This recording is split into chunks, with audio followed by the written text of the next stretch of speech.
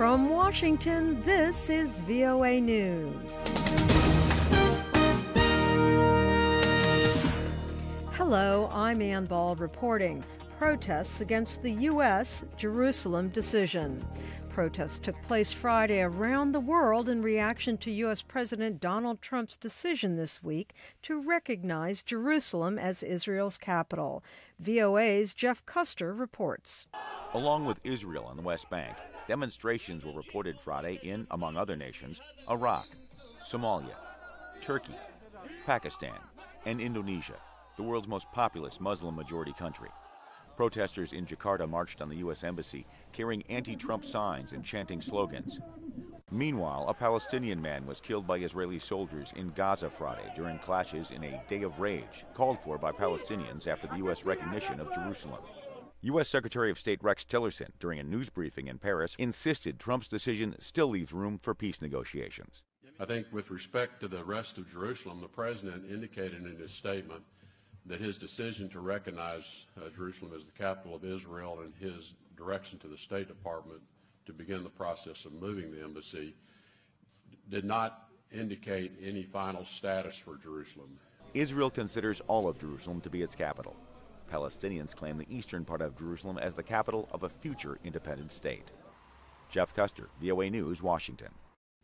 U.S. Secretary of State Rex Tillerson urged Saudi Arabia Friday to curb its military intervention in Yemen, a country in the throes of a humanitarian crisis triggered by a 2-year civil war. We would encourage them to be a bit more measured and a bit more thoughtful, Tillerson said of Saudi Arabia. This is VOA News from Washington. The United Nations Secretary General has expressed his outrage after an attack on UN peacekeepers in the Eastern Democratic Republic of Congo that killed at least a dozen Tanzanian peacekeepers and injured 40 more. The peacekeepers were part of a special intervention force based in eastern Congo. The UN chief said the attack occurred late Thursday in troubled North Kivu province. Guterres spoke before the UN Security Council Friday. This is the worst attack on UN peacekeepers in the organization's recent history. It is another indication of the enormous sacrifices made by troop-contributing countries in the service of global peace. These brave women and men are putting their lives on the line every day across the world to serve peace and to protect civilians. The Secretary General said military reinforcements have arrived on the scene, and the force commander is coordinating the mission's response. The World Health Organization reports an outbreak of the deadly Marburg virus in Uganda is under control, weeks after it first was detected. Lisa Schlein reports for VOA from Geneva. The first case of this deadly disease in Uganda was confirmed on October 17th. World Health Organization spokeswoman Fadela Shaib says her agency immediately got to work as soon as it was notified.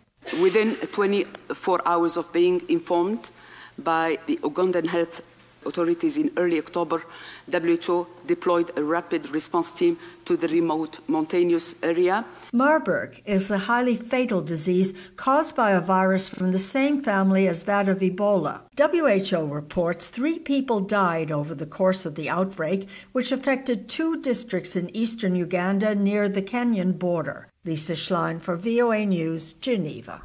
This was the 5th outbreak of Marburg virus in the past decade. The United Nations Refugee Agency says conditions are not ripe for the safe return of hundreds of thousands of Rohingya refugees from Bangladesh to Myanmar, the country they recently fled to escape violence and persecution. The UN says some 645,000 Rohingya refugees have fled to Bangladesh. 2 weeks ago, Myanmar and Bangladesh signed an agreement on the voluntary repatriation of Rohingya refugees. For more on this, watch our website. I'm Ann Bald. That's the latest world news from VOA.